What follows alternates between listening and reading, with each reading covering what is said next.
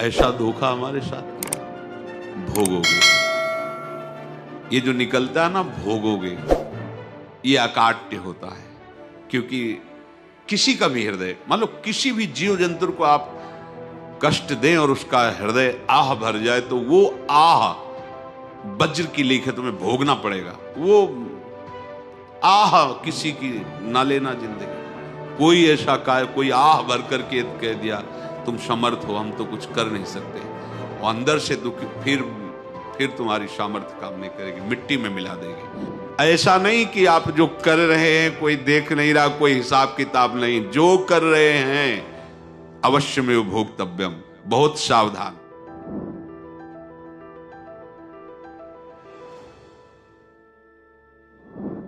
जीव स्वयं नित्य निरंतर कर्मों के जाल को रच रहा है और अपने आप को बांध रहा है। आपको मुक्त होना है, बंधना नहीं है।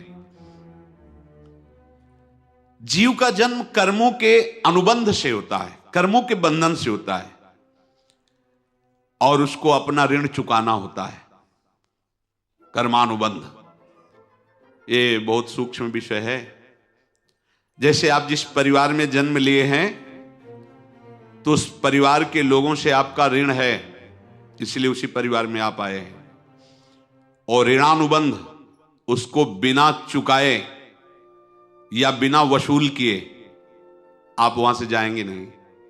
आपको लेना है तो वसूल करना है, और देना है तो चुकाना है। ये पूर्व के जन्मों से निश्चित किया गया है। जैसे किसी के यहां पुत्र हुआ, जन्म से ही पैसा खर्चा शुरू हुआ, बड़ा हुआ तो उद्दंडता के द्वारा मार पूरे परिवार को क्लेश पर क्लेश देता चला जा रहा है। ये तुम्हारे कर्म का फल है। या ऐसे शक्तिहीन बुद्धिहीन ऐसे पागल पूरे जीवन सेवा करो, तुमसे अपना हिसाब चुकाने के लिए वो आया है। अब परिवार के जो सदस्य जुड़े आके, मतलब पत्नी आते ही पूरी हृदय में आनंद, परिवार में आनंद, और जीवन भर वो आनंद ही सुख देने के लिए उसका जन्म हुआ। वो अपना ऋणानुबंध मुक्त, और आते ही भयंकर क्लेश खड़ा कर दिया, बीच में दीवाल और झगड़ा वैसा, फिर अतरे दिन मारपीट शुरू, कलह अशांति, पूरा जीवन नरक हिसाब करने आए। यहां ऋण चुकाए बिना कोई जा नहीं सकता, ऋण चुकाना पड़ेगा। किसी का ऋण वसूल करना है तो किसी को ऋण चुकाना है, दोनों काम करने होते हैं। अनेक जन्मों में अनेक लोगों के साथ हमने जो बर्ताव किए हैं, अच्छे या बुरे, वो होंगे। अब किसी आदमी को हम जानते नहीं, अचानक मिला, अचानक टक्कर लगा और मार पीट गाली गुप्ता सब कर दिया, चुपचाप सह लो। क्यों? ये आपका हिसाब है, पूर्व का हिसाब। हमारा उससे कोई द्वेष नहीं, कोई संकल्प नहीं। अचानक घटना घटी और हमसे द्वेष करने लगा, हमें पीटने लगा, हमें गालियां दे, ये हिसाब है, चुपचाप सह जाओ। अपने घर का भाई ही भारी दुश्मन बन गया और क्लेश हिसाब है। एक प्रभुदत्त ब्रह्मचारी जी की वाणी में पढ़ा था, एक महात्मा जी भ्रमण करते थे, तो उस समय असरफियां चलती थी, मोहरे असरफियां, तो उनको भेंट में देते लोग। तो या तो ठाकुर सेवा में लगे तत्काल, या संत सेवा में तत्काल लगे, उसका संग्रह करके डोलना ये ठीक नहीं है बैरागी के लिए, सिद्धांत में ये ठीक नहीं है। तो जब 2, 4, 6, 8 ऐसे मोहरे हुई, तो उन्होंने विचार किया कि और भ्रमण करके जब काफी मोहरे हो जाएंगी तो प्रयागराज में जब कुंभ पड़ता है, एक बार पूरे सब अखाड़े के संतों को, अलग अलग संप्रदाय सब संतों को बुलाएंगे और सबको पवाएंगे। अब साधु है तो यही विचार करेगा, और क्या विचार करेगा। तो उन्होंने ऐसे डंडा बनवाया, बेंत, जो ऊपर से चूड़ीदार और भीतर पोला, और मोहरे उसमें डालते गए। और भ्रमण, जहां जहां श्रद्धालु भगत थे सबके यहां जाना और इच्छा रखना कि एक मोहर तो दे दे दक्षिणा में। कामना कोई भी हो वो बांधती ही है, ध्यान रखना। इसीलिए प्रभु जो चाहे वो करे, अपनी चाह नहीं रखनी चाहिए, अपनी चाह प्रभु की चाह में मिला देनी चाहिए। धीरे धीरे वो छड़ी भर गई। भ्रमण करने वाले महात्मा चूड़ी लगाई, इंतजार करते रहे। जब प्रयाग का कुंभ पड़ा तो चले। तो रास्ते में एक गांव में पूछा जाता है, जैसे कहीं रुको कि कोई श्रद्धालु ऐसा है जो संत सेवी है। तो कुछ लोगों ने बताया, हाँ एक परिवार है बहुत संत सेवी है और आपको मिलाते हैं उनसे। आइए महाराज, घर में रुका। खूब अच्छा हलवा पूड़ी पवाया और जो घर के मालिक थे चरण दबाए। चरण दबाते दबाते उनकी दृष्टि पड़ी उस डंडे पे। इतना मोटा और ऊपर से कुछ चूड़ी सी भी नजर आ रही, इस डंडे में तो कोई रहस्य है ही है। अब महात्मा जी को खवा पिला के सुला दिया। महात्मा जी जब सो गए तो पत्नी से धीरे से कहा, वो डंडा लाओ बाबा जी का डंडा। वो चूड़ीदार जो ही खोला पलटाया तो सैकड़ों मोहरे। ऐसे संत रोज पधारे भगवान, तुम आनंद हो जाए फिर क्या। पत्नी से कहा, नाप के कंकड़ लाओ। वो तो महात्मा जी तो खाए खीर पूड़ी, आराम से सो रहे। रात में पूरी प्लानिंग करके उसमें कंकड़ भर के चूड़ी लगाकर सिराने रख दिया, सारी मोहरें हटा ली। महात्मा जी आराम से छड़ी उठाए तो वजन पक्का। वैसे बड़े लोग चतुर होते हैं, पर ये नहीं जानते कि कर्म कितना भयानक होता है। और उनकी कोई संतान नहीं थी, पर धन में इतना प्रेम उनको था। बहुत सावधान। साधु महात्माओं के पास जो अर्थ है, गृहस्थी अगर आता वहीं से है, पर अगर उसको जोर जबरदस्ती या किसी छल कपट से, तो वो उसका विनाश ही करता है। आज तक का प्रमाण है। अब उनको ये भाव पता नहीं होगा, या पता होगा तो लोभ के कारण वो उसको मान नहीं पाए होंगे। महात्मा जी गए प्रयाग में, किसी अखाड़े पर रुके और वहां प्रार्थना की कि कल जो है संपूर्ण अखाड़ों का निमंत्रण किया जाए और सब संतों को भोग पवाया जाए और उनको दक्षिणा भी दी जाए। महंत ने सोचा कि बहुत बड़ा है तो उत्सव है, क्योंकि प्रयाग में कितने हजारों संत महात्मा सब। उनका महाराज बोरों इसमें चीनी और टीनों घी लगेगा, सब व्यवस्था। बोले आप मंगाइए, एक एक हिसाब हम करेंगे, हमारे पास सब व्यवस्था है। बोले कुछ तो पहले दे दो, इकट्ठे देंगे हम। उनको था कि अगर हम छड़ी खोला और दो चार मोहरे दी, किसी को पता लग गया तो गड़बड़ हो सकती। बोले हम भंडारे के समय आखिरी में सब कुछ आपको दे देंगे। ठीक। वो अपने पास से पैसे लगाकर खूब जितना सामग्री सब लाए, लाखों की, और सब संतों को निमंत्रण कर दिया। संत जन निमंत्रित हो गए, भंडारा बन रहा है। तब वहां के महंत है, उनका देखो भंडारा भी बन रहा है, संतों को निमंत्रण। अब आप अर्थ की व्यवस्था कीजिए, क्योंकि इतनी बड़ी हमारी सामर्थ्य नहीं थी जितना हमने किसी तरह हमने व्यवस्था की। अब मुझे अर्थ चाहिए, तभी आगे की व्यवस्था बढ़ेगी। संतों को दक्षिणा देंगे और जिनसे अर्थ लिया उनको दे। देखो रसोई बन गई सब। उनका छत में विश्वास नहीं तो ये अभी चूड़ी खोली। उनको तो था ना कि मोहरे हैं, कंकड़। तो जैसे कितना उनको सदमा लगा होगा। हजारों संतों का निमंत्रण, रसोई बन, मतलब संत हो के छल कपट। तो उनका महाराज आपने तो हमारा नाश कर दिया, जो महंत थे। अब बताओ रसोई बन गई, संत निमंत्रित हो गए और आप ये कंकड़ दिखा रहे हैं हमको। आपने तो हमें बर्बाद कर दिया, हमारी इतनी सामर्थ्य नहीं थी, आप पहले बता देते। संत होकर ऐसा छल कपट। अब वो बोले तो क्या बोले, क्योंकि उनको पता था कि मोहरे हैं इसमें। अंदर से उनका चिंतन गया उसी सेठ के पास।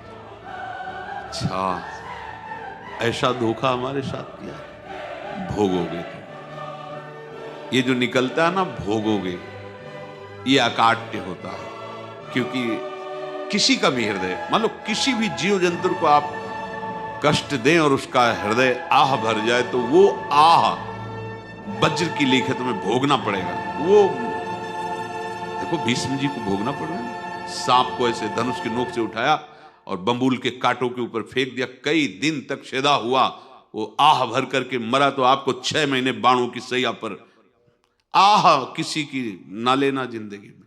कोई ऐसा कोई आह भर करके कह दिया तुम समर्थ हो, हम तो कुछ कर नहीं सकते, और अंदर से दुखी, फिर तुम्हारी सामर्थ्य काम नहीं करेगी, मिट्टी में मिला देगी। फिर ये तो संत थे और भगवत आराधना के लिए, संत आराधना के लिए ही ऐसा किए हुए थे।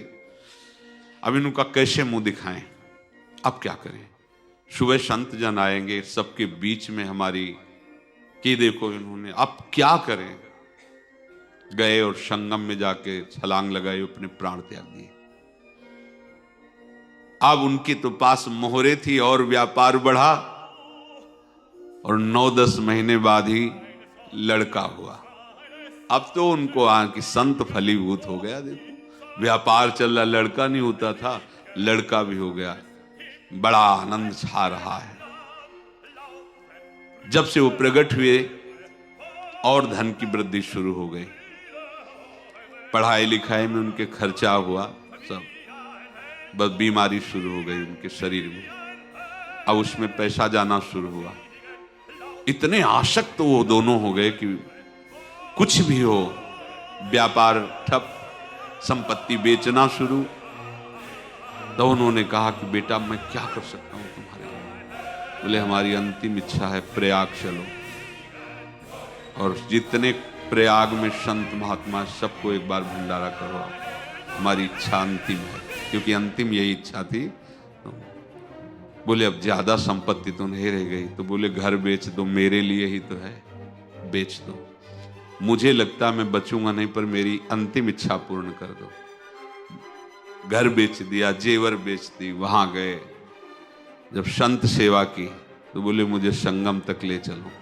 संगम तक ले गए और बोले समझे तुम चुराए थे और हमने उसको छीना है, कुछ नहीं रह गया तेरे पास कुछ, अब केवल ममता और आसक्ति में जलकर मर और नरक प्राप्त कर। मैं वही महात्मा हूं जिसकी तूने मोहरे ली थी, शरीर छोड़ के। महात्मा को जन्म लेना पड़ा और इनको दुर्गति भोगनी पड़ी।